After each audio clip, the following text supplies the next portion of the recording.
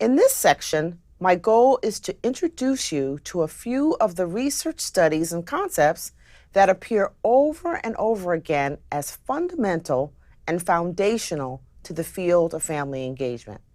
This won't be an exhaustive list, but they're some of my favorites. So first, a little history lesson. Some of you may be wondering, when did this concept of a family's role in their child's education gain prominence? A watershed moment came in 1966 with the publication of the Equality of Educational Opportunity Report written by James Coleman.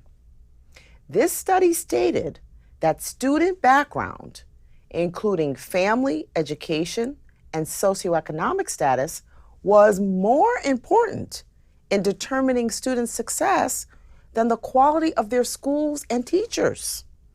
In fact, some of the headlines about the report stated, "Schools don't matter."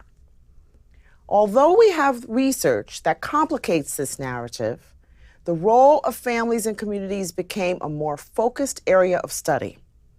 As a result of the Coleman report, more research was done on the role of families in shaping educational outcomes for kids. We now have over 40 years of research, and in this course, we will look at some of the fundamental research and frameworks in family engagement, or what I like to call the chestnuts of the field. One person's work that had a powerful influence on the field is that of the noted developmental psychologist Urie Bronfenbrenner, one of the founders of Head Start. He believed that teachers and families are not the only people who shape children's experiences. Other systems and interactions also impact them. He pushed us to think about everything as an ecology, the way that the various stakeholders, systems, and structures all work together to impact a child's well-being.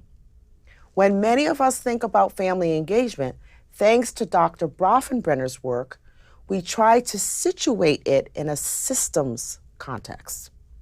Situating family engagement as a part of a systemic approach to school reform led me, with my colleague Ann Henderson, to write A New Wave of Evidence, a book that summarized the state of family engagement research at the start of the millennium. In addition, there's more recent research that talks about family engagement as part of a systems dynamic. The Chicago Consortium on School Research looked at the 5 essential supports needed to have a successful learning environment. They found that without strong family and community engagement, schools would not improve even if the other 4 supports were in place. Last but not least, the work of Kathy Hoover Dempsey and Howard Sandler has influenced many of us. Their research starts to unpack what we need to know about why and how families are engaged in their children's education. We hope with this course to help you think about the importance of these foundational works in your practice.